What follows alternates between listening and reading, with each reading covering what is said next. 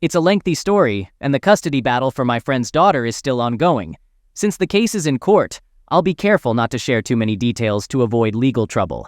I'll use fake names and leave out some specifics to stay anonymous. So let's get started. This involves my old best friend and business partner Joe and his wife. Although he's still a friend, we're not as close as we used to be. It affected both our lives, so I feel I'm in a good position to share the story. Some may see me as the bad guy, and maybe I am, but consider my perspective before judging. Either way, I don't care. My friend's name is Joe, and we grew up together in the Midwest. He's a nice guy, introverted, geeky, and very intelligent. Despite our opposite personalities, we got along well, being the same age and enjoying playing video games together. In high school, I was in ROTC and joined the military after graduating. Joe wanted to join me, but his father opposed it, especially during a time when war was being pushed by politicians and the media in the Near East. His father opposed those wars, and I'm not saying he was wrong, given the needless loss of my buddies in the Middle East. Joe unfortunately ended up in jail, serving a 20-plus year sentence. His fate seems to be either passing in the Near East or serving time in the States due to a woman. I wonder how I could have changed things, possibly preventing Joe's relationship with his future wife when he first told me about it towards the end of my military service. I question if I'm as guilty as him because I was afraid to tell him the truth. I still have secrets from Joe that could break his heart. After 8 years in the military, mostly in the Middle East, I was honorably discharged. A few days after returning, I invited Joe for a drink, but he's now busy with his niche manufacturing company. We catch up occasionally, but we've grown apart as Joe's business thrives. While I spent 8 years in the military and now face unemployment without marketable skills, Joe's decision not to join paid off. He graduated with a bioengineering degree and runs a 7-figure business within 4 years of my military exit. I wasn't surprised at Joe's success, and the purpose of our meeting was to convince him to hire me. We discussed it extensively when he started the business, and I could contribute to customer relations and sourcing parts overseas. We've discussed it thoroughly before, about me joining him once I finish my military service. So, that day I showed up early at the bar, hoping he wouldn't cancel again. When I pulled into the parking lot, his car was right behind mine. Back then, his business was doing well, and he drove his dream sports car, which I won't mention for privacy reasons. I was excited to see him since it had been 2 years, and he had gained about 40 pounds since the last time I saw him. We exchanged greetings as we entered the bar. Meeting at the bar is a tradition we've developed over the years. During our chat, I tried to bring up the job topic we discussed years ago, but he kept changing the subject. He was more interested in talking about his Chinese wife he met in China and brought to the United States on a spousal visa. We discussed her a year ago when he brought her to the States. He shared that they met 2 years ago in China when he was sourcing suppliers. She became his translator and liaison, working from China for a year before moving to the US. Now, she manages part sourcing and the supply chain in his company, and they both own the business 50-50. Since bringing her on a spousal visa a year ago, they had a court wedding in China. Now that she's in the US, she wants a white wedding, a childhood dream. Joe leans more towards the geeky and socially awkward side, falling hard for any girl who pays attention to him. I always caution him about it since it usually doesn't end well.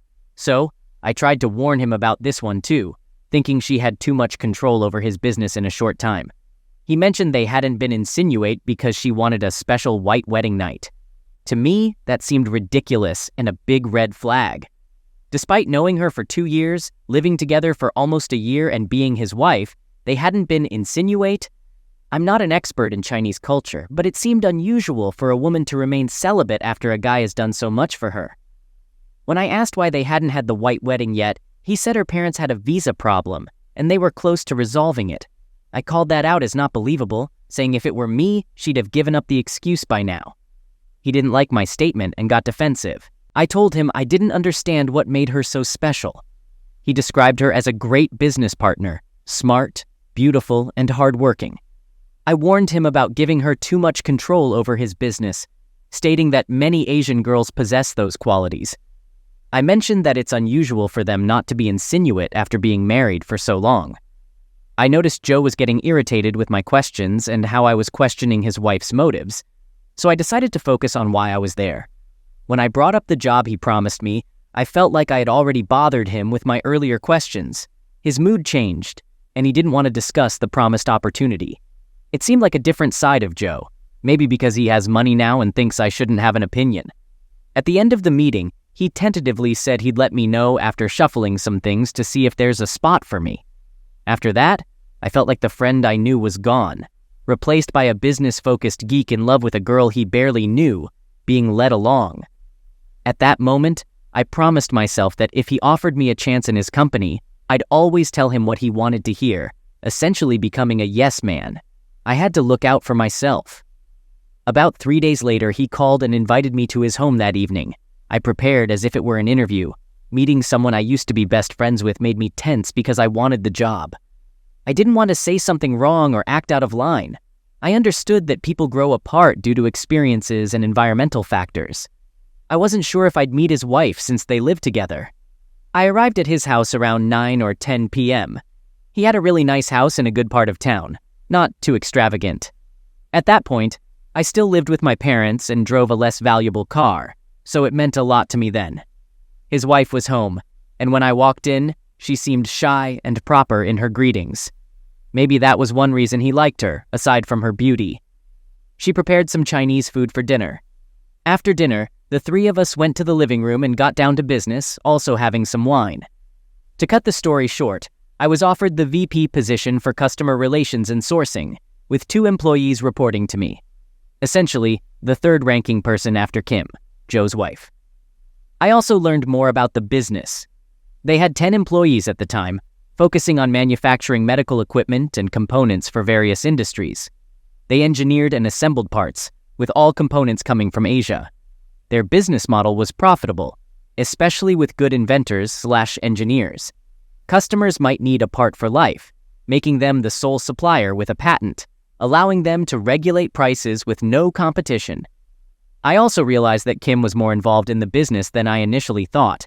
She focuses more on the supply chain, customer relations, marketing, and hiring to some extent. On the other hand, Joe, as the company president, deals with engineering, quality, and patents. Initially, I would play a more supportive role to Kim than Joe. Kim speaks English well with a Chinese accent, is stunning, and appears very competent and well-connected with suppliers and customers. She's only 25, just 2 years younger than us. Joe mentioned that they're speeding up my hiring because he and Kim plan to travel to China and Vietnam for a business trip soon. He wants me to replace him on the trip so that Kim can introduce me to all their suppliers. He thinks it's a great time to bring me in as the business expands. Kim makes this trip at least once every 2 months, so it would be helpful for me to assist and learn that side of the business. During our meeting, we had some wine, and both Kim and Joe became a bit relaxed in their personalities. Looking back, I could see that Kim was pretending to some extent in front of Joe, but occasionally her more outgoing personality showed. I didn't think much of it, and even if I did, I wouldn't bring it up, knowing how Joe doesn't want to hear anything critical about his wife. About a week later, I was already in on the job training, with my own office and learning the ropes. 2 weeks later, there was a manufacturing expo in Vegas, providing an excellent opportunity to showcase our products and company to medical industry clients. Joe, Kim, one other male employee, and I would be there for the 3-day expo, renting a small booth.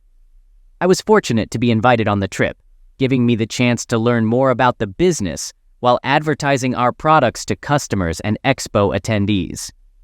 The expo was from Wednesday to Friday, so the plan was to fly in on Tuesday and be flexible on our return flight based on the meeting outcome and the opportunity to explore more. We flew into Vegas on a Wednesday night, all 4 of us staying in the same hotel. I thought I wouldn't get a chance to explore Vegas due to all the marketing and product material I had to go over. I had some questions, so I decided to visit Joe and Kim's suite to ask them. When I entered their hotel room, Joe mentioned that Kim went downstairs for a break. Joe was studying some designs, if I recall correctly, but couldn't answer a few questions clearly, as they were more related to Kim's side of the business. After the meeting with Joe, I stepped out of his room and thought about going downstairs to check on Kim. Joe isn't the kind of guy to hang out at the bar just for a drink. He's not a drinker, so there must be a reason, perhaps business or catching up with friends. When I went downstairs to check if Kim was at the casino, I found her chatting with a guy at the bar. She noticed me and waved me over. To my surprise, they asked for my opinion about a specific horse racing competition on TV. I know nothing about horse racing, but it seemed like they were trying to distract me because she got caught talking to the guy. I didn't see anything wrong with her talking to someone at the bar. Maybe she was prospecting for the business, which is why we were in Vegas, right? However, her behavior gave off a vibe like she was trying to cover something up. They seemed to be flirting, and the guy walked away soon after with a disappointed look on his face. She tried to play it off as if they wanted my opinion about horse racing, but the signs indicated otherwise. I started talking to Kim about the questions I needed clarity on. By then, she had a couple of drinks and was more open than usual. Being a social person, I vibed well in the conversation, and we started talking about her relationship with Joe. Surprisingly, she had nothing positive to say about him. She complained that he was all about work, judgmental, and had rigid expectations of how people should act. I didn't contribute to the conversation about her relationship with Joe. I went along with whatever she was saying. I had learned not to get involved between them before. That's when I learned a bit more about her background. She was born in China, the only child of strict parents raised in a traditional Chinese home. Her rich uncle, Joe's father's younger brother, took her to a good school, and she visited the States several times on vacation. She graduated from college early and worked as a liaison for Chinese and foreign businesses, where she met Joe. We talked for at least an hour, getting to know each other. There were few people at the bar, most were at the casino, and everyone was minding their own business. We got along well that night, and I don't know if it was the drinks, but it felt like there was some chemistry building up. I tried to ease the tension by suggesting we call Joe to join us, but she said he was already asleep, not into staying up late at the bar. I knew she was right, and it wasn't his scene, but it was one of those questions you ask when the tension is high and regret afterward. I excused myself to go to the bathroom because I had inappropriate thoughts and felt a lot of romantic tension in the air. It wasn't like she was making advances, but we were both engaged in some low-level flirting. I might even say I initiated more, and she was just playing along. Maybe I could blame it on the drinks. I decided to step away to relieve some tension, fearing I might jeopardize my relationship with my best friend and my boss's wife, whom he deeply cares for. I certainly didn't want to risk losing my job over this situation. Besides, I never saw myself as that kind of guy. I went to the bathroom to fix my pants, and when I returned, I noticed another guy trying to hit on her while she was still at the bar stool. He walked away as soon as I approached. Back at my seat beside her, I looked at her and understood why she attracts so much attention. She's incredibly attractive, easily a 9, 10 on a scale of 1, 10. When I sat down, she noticed I was staring. All I could do was mention that the music was great and jokingly ask if she wanted to dance, despite the fact that the music was awful. It was supposed to be a joke, but surprisingly, she was receptive to it. Even though the soundtrack was subpar, she laughed and mentioned it was a slow dance track, which she didn't like. I meant it as a joke, but it seemed lost in translation. I played along and asked about her preferred music, including R&B, EDM, and house. Feeling like I'd gone too deep, I boldly asked if she'd like to check out some Vegas clubs playing that kind of music. To my surprise, she knew exactly which ones she wanted to visit, as if she had been there before. Curious, I asked how she knew about them. She shared that she had visited with a friend for her birthday, explored some Vegas club scenes, and had been to Vegas for business several times, almost bragging about it. At this point, I realized this wasn't the Kim I thought I knew. I believed Joe had given her free rein, especially since she denied closeness with him until they had a white wedding. I became confident that she was hiding her true personality from Joe, and she wasn't the virtuous woman she claimed to be. That night, I saw a manipulative, smart, and savvy woman who enjoyed flirting and getting attention from men, especially when they weren't her husband. I felt Joe was in trouble because she seemed too ambitious and discontent with her position, criticizing Joe and believing she could do better. I sensed she was carving out her own empire, with Joe merely being a means for her to achieve it. I followed her lead, and we went to a Vegas club playing EDM and house music. There was a long line, so we flirted while waiting. We were already a bit tipsy in our own little world. On the dance floor, our hands were all over each other, almost like we were engaging in insinuate acts while clothed. At one point, I got carried away, placing 2 fingers inside as we danced. She stopped me, suggesting we head back before Joe started looking for her. Glancing at the clock, it was already around 1 a.m., and she was right. I needed some sleep for the early booth opening the next day, so we left the club to wait for a taxi. I bribed the guy controlling the taxi line with $20 so we could jump ahead. During the short drive to the hotel, Kim and I, at the back of the taxi, began making out. Surprisingly, she didn't mind that the driver was watching through the rearview mirror. We were almost near our hotel when the cab driver jokingly suggested we stop, hinting that we should get a room, and she put an end to any further advances. The cab dropped us off at the hotel. Later, we entered the elevator, realizing we were staying on the same floor. I thought we might go to my room to continue, but she just said goodnight and headed to the room she shared with her husband. That night, I stayed up late pondering what might have happened. The next morning, I was awakened by a knock on my door. It was the other employee who came with us. We were supposed to pack and arrange our booth early for the expo attendees. The plan was to be there before 7 a.m., but it was already a few minutes past 7 a.m., so I quickly got ready, brushed my teeth, and went downstairs. Initially, I wasn't thinking about what happened the night before until I saw Joe and Kim having breakfast downstairs. I wasn't sure how Kim would react, but she greeted me as if nothing had happened. We didn't have time to join them, so we informed them that we were heading to the venue to unpack and get things ready.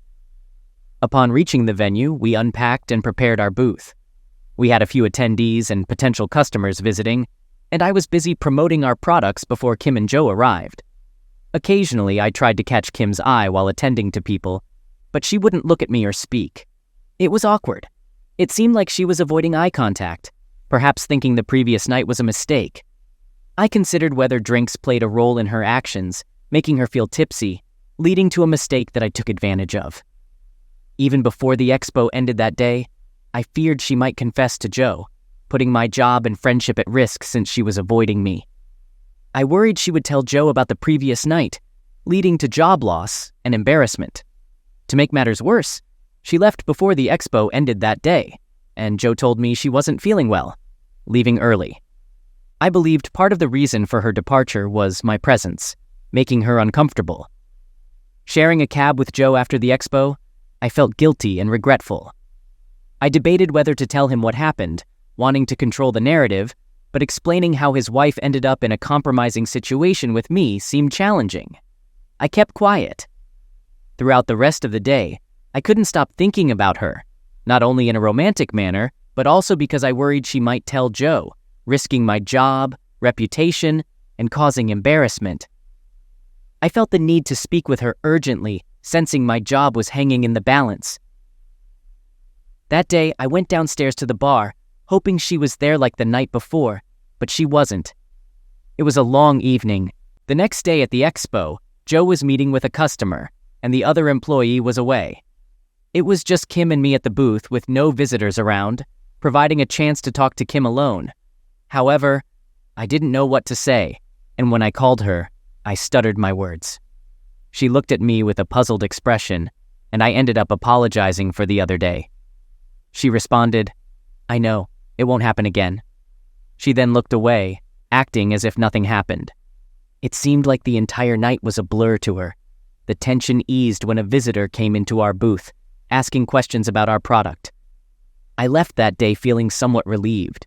Her reaction when we were alone was so minimal that you'd expect more from someone who did what she did. Returning to the hotel that night, I felt a bit better than the previous day, and I slept well. The next morning, the last day, was meant to be a half day at the booth with meetings with potential customers. The other employee and I spent most of the day arranging for our products to ship back home. Joe and Kim visited a couple of times, but they were mainly in private meetings. I had normal interactions with Kim that day, no awkwardness, as if the fling from 2 days ago never happened. At the end of the day, all four of us shared an Uber ride back to the airport.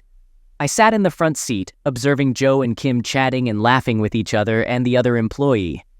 I felt like I dodged a bullet, and I was glad things didn't escalate further with Kim. The trip to China got postponed, and I can't recall why. However, Joe and Kim had planned a white wedding that she always wanted. Her parents from China were already in the States, and most employees who worked for Joe attended the wedding. At this point, I didn't hang out with Joe that often, and our relationship had shifted more towards an employee and boss dynamic. I was making more money than I could elsewhere, and I projected that my income would double in less than a year based on the company's performance. During that period, we hired 6 additional salaried employees, resulting in 3 managers, me and 2 other guys along with Kim and Joe, 3 engineers, and 21 hourly employees.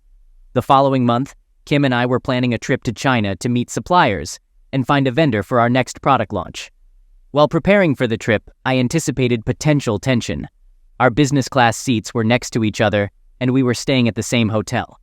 We planned to visit 2 cities together for business, and for the rest of the days, Kim would visit her people in the west of China before traveling back to the States.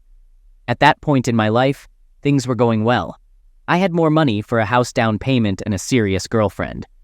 Despite being attracted to Kim, I hoped it wouldn't turn into a close encounter, as I wasn't sure if I could resist if she made a pass.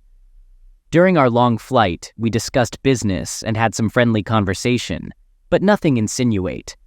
One standout moment was when she asked me a hypothetical question about seeing her as a good leader, and if I would join her if she started her own company. I said yes, but in the back of my mind it seemed odd, considering she was already a major partner in her husband's successful company, and they recently got married. At that time, it didn't make sense until years later. The rest of the week was highly productive for networking, building business relations, and finding vendors for new products. We stayed in the same hotel for 2 days in one city and 1 day in another city before she traveled to the west of the country to visit her family. I didn't go out to explore since it wasn't my thing, so I spent most of my time on the phone with customers or on my laptop, ensuring everything back home was running smoothly. After my 1-week visit to China, I felt confident and comfortable in my role, envisioning myself as an international businessman and even a product marketer. It wasn't something I went to school for or was qualified for, and I owe it all to Joe for giving me the opportunity. After our trip, it was clear the affair was a quick fling. I was relieved it didn't continue, and from then on, our relationship was strictly professional. A few months later, I got engaged to my girlfriend, and we married soon after. Finances were flourishing. I was making almost 120K in about a year. During that time, Kim got pregnant, and 9 months later, she gave birth to a baby girl. My wife also gave birth around the same time. Since we were all the same age and got married during the same period, and our daughters were around the same age, Joe and Kim tried to invite us to every function. They aimed to make us close friends, and my wife was interested, but I tried to limit activities to strictly business. I focused on work and family, avoiding any involvement that could interfere with my marriage or work. I had a strange feeling about Kim and Joe's marriage and how she seemed to control him, and I didn't want to get entangled. Moreover, I didn't want my past affair with her to be exposed or put myself in a position for it to continue.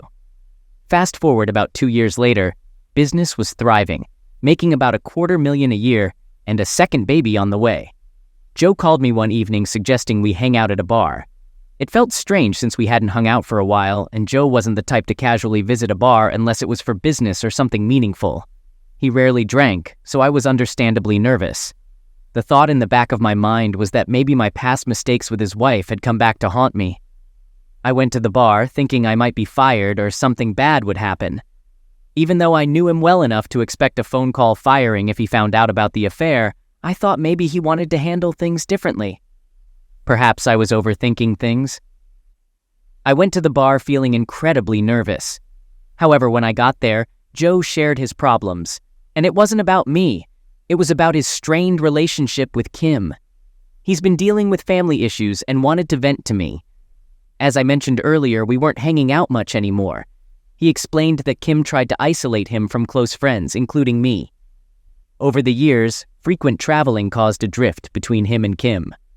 To complicate things, her parents, who visited 2 years ago, refused to leave and were now trying to control how they raised their 2-year-old daughter, causing issues in their marriage. Raising his daughter in a multicultural home was challenging, especially with her parents still around. He complained that his in-laws didn't listen to him and tried to isolate him in his own home. I paid close attention. It seemed like he'd been going through this for a while without anyone to share his story. I'm probably his closest friend, but I didn't feel that closeness anymore. It must be tough for him to share, knowing I warned him about this years ago. I felt angry on his behalf, thinking it was wrong for them to take advantage of him due to his meek personality. I wanted to advise him to kick out the in-laws, but he said his wife agreed they would leave for China in a few weeks. Just listening, I could tell Kim was totally in control at home. Joe walked on eggshells, giving his in-laws the confidence to dictate how he raised his own daughter. I refrained from suggesting he lay down the law, knowing it wasn't his style. So I asked him what Kim thought about her family staying so long and influencing their daughter's upbringing. He said Kim supported it and even encouraged it, claiming their upbringing shaped her into the woman she is today. Kim believed her parents provided stability during their frequent travels. After hearing Joe's explanation, I didn't find many flaws in Kim's logic. Kim and Joe travel a lot, sometimes for extended periods, and having someone permanent around seemed beneficial, but I didn't mention this to Joe. Sensing there was more to the story, I pressed on. He later told me they hadn't been insinuate for over 4 months when not on business trips. Kim avoided closeness, citing work burdens or their daughter needing attention, anything to rebuff his advances. He tried to convince her to be a stay-at-home mom, but I knew Kim was too ambitious for that. He complained that she refused to have more kids, wanting a simple wife to stay home and raise the family. Despite having all the money they needed, Kim sought more control over his business. I asked if he had even considered divorce for shared custody, more time with his daughter without outside interference, and to protect his finances because most often, whoever files for divorce first gets the upper hand. He mentioned not thinking about getting a divorce or talking to a lawyer. Instead, he wanted to discuss marriage counseling with her. I didn't discourage counseling, but advised him to have a backup plan. I also suggested being vigilant about her actions, including monitoring her phone, tracking her movements, and possibly installing a GPS in her car. He looked at me like I was speaking a foreign language and rejected the idea angrily. He insisted her trips were mostly international and that she would never have an affair. In that moment, I sensed he was in trouble and chose to stay quiet to avoid self-incrimination, so I silently listened to his stories, offering no strong opinion except what he wanted to hear. My assessment was that Kim might be having an affair or planning a divorce, and this intelligent guy seemed oblivious to the impending crisis. I was glad we had that meeting as it allowed me to prepare for the future. While unsure of the impact on their pending divorce, planning an exit seemed wise. I knew I couldn't match my current income elsewhere and considered replicating his business model for my venture, leveraging my knowledge and experience. I already suspected Kim's attempt to take over the business based on her past comments. She took control of the hiring process, bringing in loyal employees, mostly Chinese, creating a toxic workplace. Though I tried to manage my team, she resisted, leading me to step back to avoid being fired. After my conversation with Joe at the bar, I noticed he was slowly losing motivation and neglecting his responsibilities. The good news was that they had created such a good business model that it could sustain itself without seeking new customers, as the current customer base was enough to make it profitable. However, there wouldn't be any new product advancement or growth. A few days later, I observed that Kim wasn't showing up to work as she used to and wasn't answering her phone, even when I called her on WhatsApp. A day or two later, some of our suppliers from overseas stopped responding promptly. I also noticed a decline in customers, signaling a problem. After 5 consecutive days of her absence, Joe gathered me and 3 other managers to explain the situation.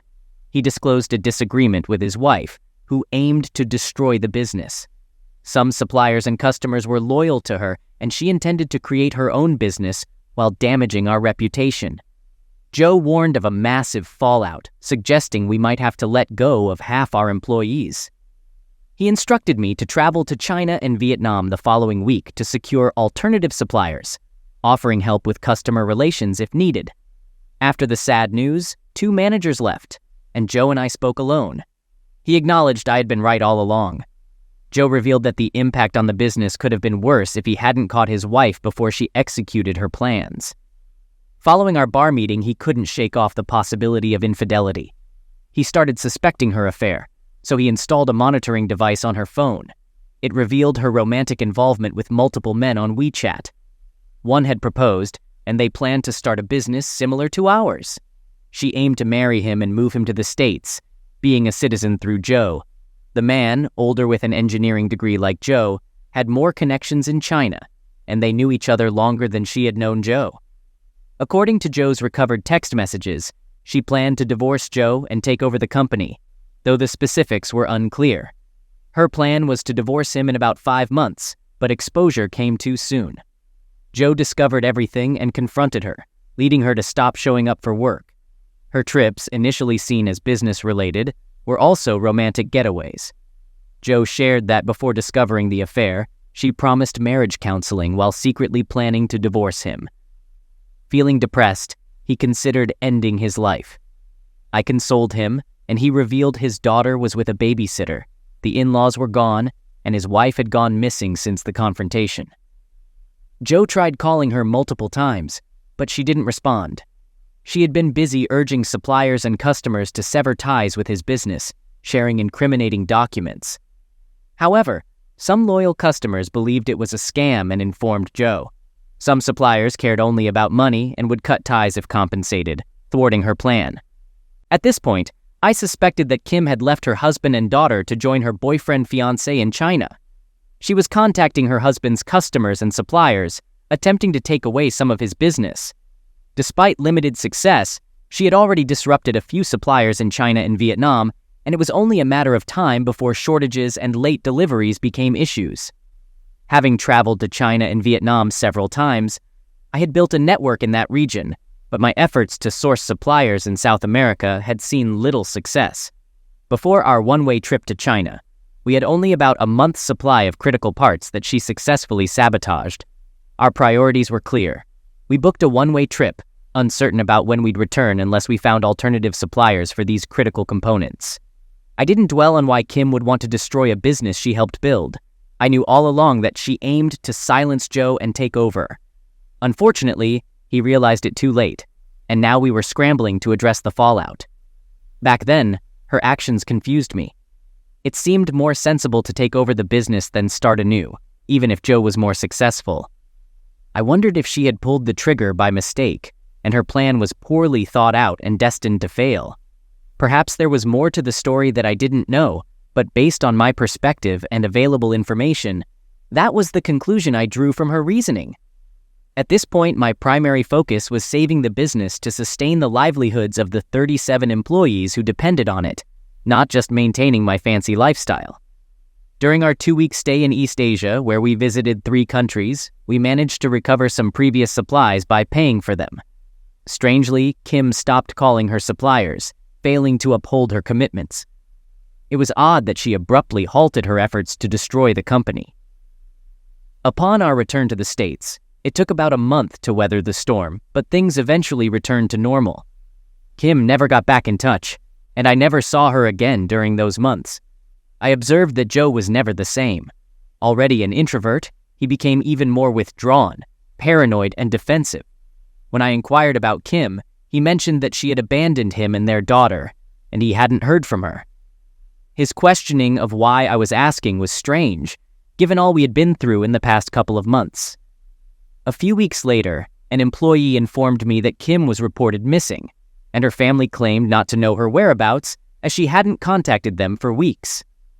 I immediately called Joe, who confirmed the information. He shared that the police suspected foul play, considering there was no evidence of her returning to China, and he, being the last person to see her, became the primary suspect. Joe hadn't disclosed his wife's affair to the police, fearing it would be used against him, and he instructed me not to mention it either. At this point, I didn't suspect Joe's involvement, and I didn't want to entertain that idea. I was willing to cover for him, as it seemed better for Kim to stay lost than to be around and potentially destroy my livelihood. 3 months after her reported disappearance, I observed a noticeable change in Joe. He became more outgoing, calling me frequently, and our business started recovering. I persuaded Joe to socialize more, taking him out with my family and to bars, introducing him to my military buddies, hoping he would loosen up socially and maybe meet someone new. During our outings, I avoided discussing Kim. She was old news. Once, while hanging out, Joe mentioned that Kim's parents and her wealthy uncle were attempting to have him arrested, suspecting his involvement in Kim's disappearance. However, there was no evidence of a crime, and Joe cooperated willingly with the police, granting them access to his home and providing information, excluding the affair. Looking at Joe's marriage from an outsider's perspective, there were no signs of trouble, and neither had considered contacting a divorce lawyer before or after her disappearance. The revelation that Kim had a significant life insurance policy on Joe, unknown to him, added a peculiar twist to the case, leaving both Joe and the police confused. The police likely discussed Kim extensively with the two other managers in the company, as they did with me. They were fishing for answers, but had no leads to pursue. None of us volunteered information about Kim's attempt to destroy the company and convince employees to leave. If any of us had disclosed this, it might have provided a motive to arrest Joe or build a case against him. The case remained unresolved for about 5 months until Kim's family in China hired a private investigation team. This team convinced some Chinese employees to share information about Kim's attempts to persuade them to leave the company. Additionally, some of Kim's friends revealed her unhappiness with her marriage and desire to leave Joe. The private investigation team managed to gather enough evidence to attract the attention of a local newspaper, likely funded by Kim's associates in China. The newspaper continuously reported on Kim's story, aiming to pressure the police and the DA and generate public interest to spur the DA into action. Eventually, the police obtained some of the private investigation's findings, including Kim's travel records, purchases, transcripts of conversations, and information from her affair partner. This led to increased pressure on certain employees who were brought in for questioning. During this time, it was revealed that before Kim went missing, Joe had informed me and the two managers that she was attempting to ruin the company, prompting me to travel to China to address the damage. When I was questioned, I brought a lawyer and refused to disclose any information to avoid self-incrimination. They tried to intimidate me, suggesting I was a suspect and an accessory to the crime, claiming my legal representation indicated guilt. Despite their efforts, they couldn't extract a statement from me, resorting to mocking tactics like arresting and releasing me within 24 hours or showing up at my workplace. While I didn't have the full details, they obtained a warrant to search Joe's house again and seize some items. Missing person bulletin boards featuring Kim's pictures were posted around town, assuming her demise and offering a reward for information leading to an arrest. The police investigation persisted for an additional 6 months, causing significant stress with news media frequently bothering us at work. I suspected some were paid by Kim's family, and it took a toll on our employees, leading to losses in our business. After 6 months, things started to calm down. During this time, I spoke to Joe frequently, and although we hung out a lot, there was an unspoken understanding that he knew I believed he had something to do with her disappearance. Regardless of what happened between them, I justified it to myself by thinking that Kim was attempting to destroy my children's well-being and destroy a company I had worked hard for. In my mind, she got what she deserved. After that 6 months, the DA decided not to go to trial due to insufficient evidence, relying mostly on circumstantial and hearsay. There might be a chance with a grand jury, but a trial could lead to acquittal, especially if more evidence surfaces. Concerned about the case falling apart, they chose to wait for additional evidence, resulting in the case being shelved and moved to the cold case section. Things improved at the company, and it seemed like we had overcome the challenges. About a year later, my wife called while I was at the airport about to board a flight. She urged me to check the local news. Reminding her I was at the airport and only had access to CNN, she shared that 2 weeks ago, human remains were found scattered, possibly dug out by animals. A skull was discovered, and dental records matched Kim's. I abandoned my flight and tried calling Joe, but he wasn't answering. Joe's lawyer later informed me that Joe had been arrested, with a bail set at $300K. We promptly secured his release when the judge allowed. In short, I spoke with Joe, and he explained it was an accident. Kim informed him she was leaving with their daughter to China. A disagreement escalated. Joe pushed her, causing her to hit her head and collapse. After recovering, Joe assisted her to the couch where she laid down. She continued talking about taking their daughter while recovering from the concussion. Joe, afraid of police involvement, hesitated to take her to the hospital, thinking she'd be fine by morning. The next day, he discovered she had passed, noticing she was oozing from the back of her head. His account aligned with the coroner's report of a small skull fracture, blunt force trauma. The coroner couldn't confirm if the force caused her passing away, suggesting she may have bled out. After trial, he was found guilty of second-degree crime, with a jury recommending over 20 years in prison. Currently, Joe has served 3 months, and we're working on appealing his case. Joe has transferred most of his business to me, and I've pledged financial support. I'm also in a custody battle with Kim's parents to adopt their 5-year-old daughter, following Joe's wishes and believing our home would be the best for her, having grown up with my children.